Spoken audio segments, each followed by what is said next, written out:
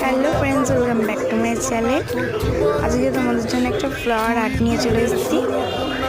প্রথমে লাভ এঁকে নিয়ে তারপর হচ্ছে ওর উপরে আমি দিয়েছি ফেভিকল আঠা। তোমরা অন্য আঠাও চাইলে দিতে পারো। ফেভিকল আঠা দিয়ে ভালো করে ব্রাশ করে নিয়ে তারপর গোলাপ ফুলের পাপড়িগুলো আমি লাগিয়ে দিচ্ছি। তোমরা অন্য ফুলের চাইলে অন্য ফুলের পাপড়িও দিতে পারো। আমার যে গোলাপ ফুলের পাপড়িটা ছিল তাই আমি ওইটাই দিয়েছি। তারপর তোমরা চাইলে কিছু লিখতেও পারো, নাও লিখতে পারো। আমি আমার নামটা লিখেছি নিচে।